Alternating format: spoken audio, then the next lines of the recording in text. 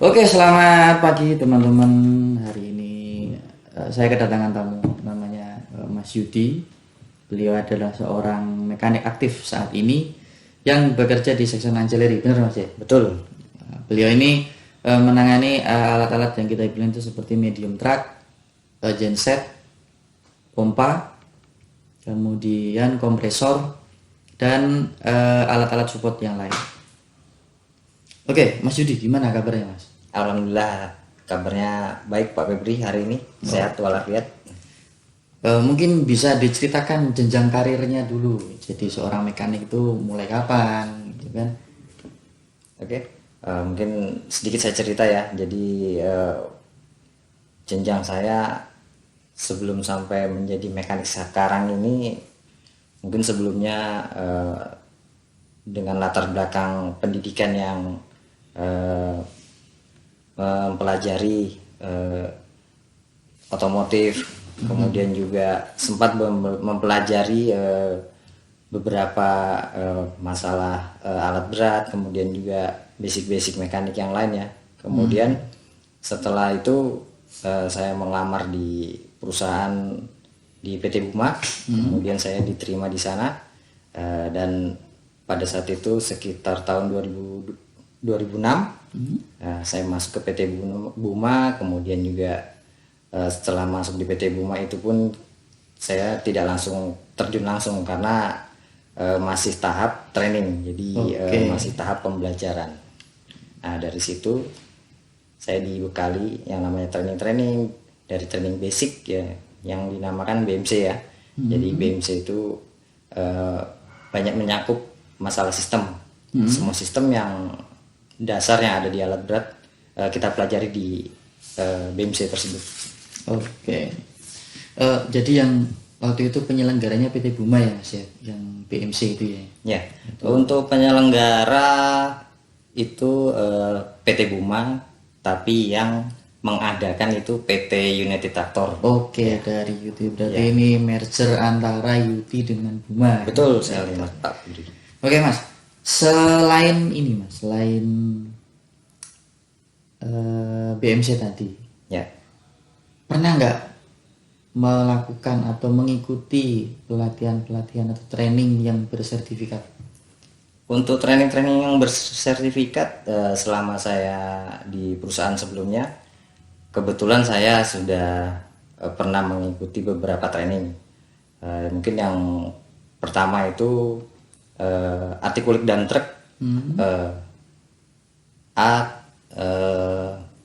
B730 ya waktu itu, artikulik dump truck merek Caterpillar ya. Merek. Ya, jadi pelaksanaannya kebetulan waktu itu di Balikpapan, dilaksanakan oleh PT Trakindo ya, yang diikuti beberapa peserta dari seluruh site pada saat itu.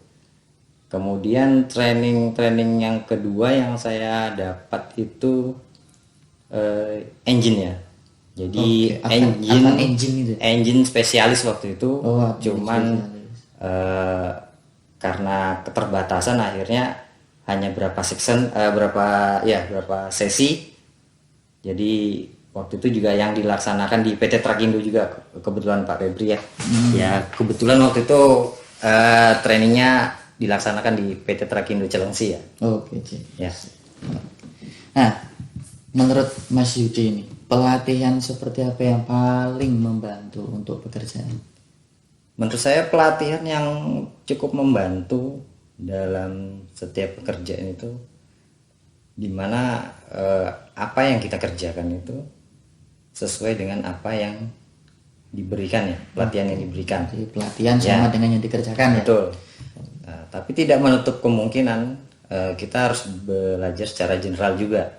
Ya, jadi tidak hanya berfokus pada satu unit, tapi kita bisa mengembangkan juga yang mana ilmunya itu atau pelajarannya itu bisa dipakai di semua unit.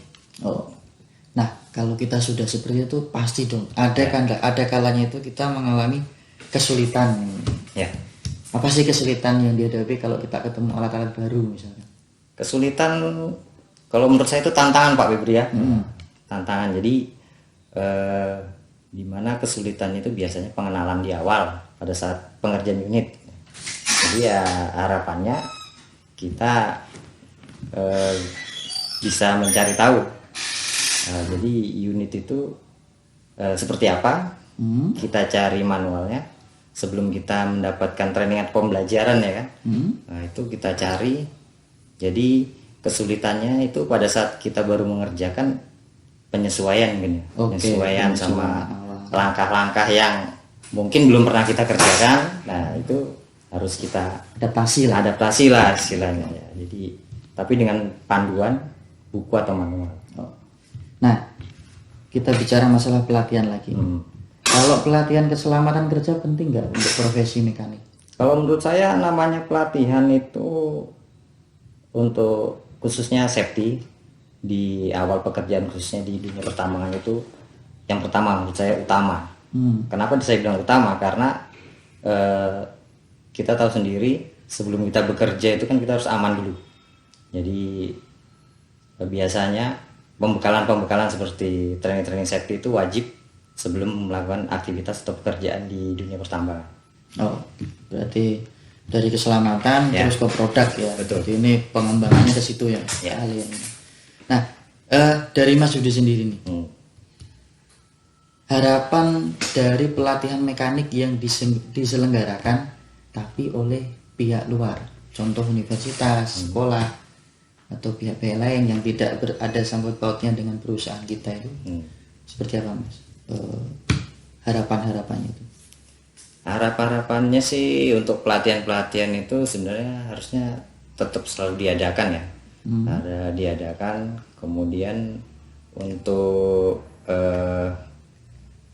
kedepannya, di mana dunia pertambangan ini kan istilahnya semakin berkembang, jenis-jenis alat-alat itu juga berbeda. Jadi harapannya sih saling berhubungan antara mungkin dari dunia kerja sama universitas atau lembaga-lembaga yang terkait nantinya di dunia pertambangan. Oh, berarti kita harus menyediakan, misalkan nih di pihak sekolah, coba deh merger dengan perusahaan mana gitu untuk menentukan materi-materi itu. Pas mereka lulus siap kerja gitu ya. Betul. Jadi materi yang dibawakan nanti di sekolah, universitas atau balai latihan kerja itu sesuai sama kebutuhan yang ada di perusahaan. Nah, yang terakhir nih Mas nih. Kira-kira apakah ada hubungannya jenjang karir Mas Yudi dan kesejahteraan dengan pelatihan? Untuk jenjang karir dan pelatihan itu menurut saya berhubungan. Nah, jadi di mana jenjang karir itu mempengaruhi kinerja awal. Jadi kinerja seseorang itu diukur dari hasil kerjanya. Nah, kemudian setelah hasil kerjanya dinilai, itu akan ada yang namanya penilaian. Nah, setelah penilaian itu muncul, itu akhirnya ada yang namanya peningkatan. Nah, setelah peningkatan, kemudian itu ada kenaikan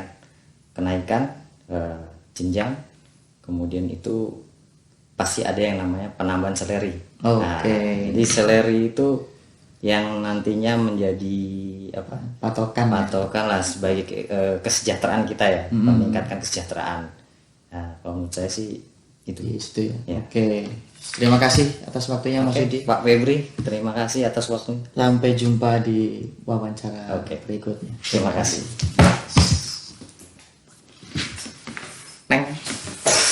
Ada Pak Yanto.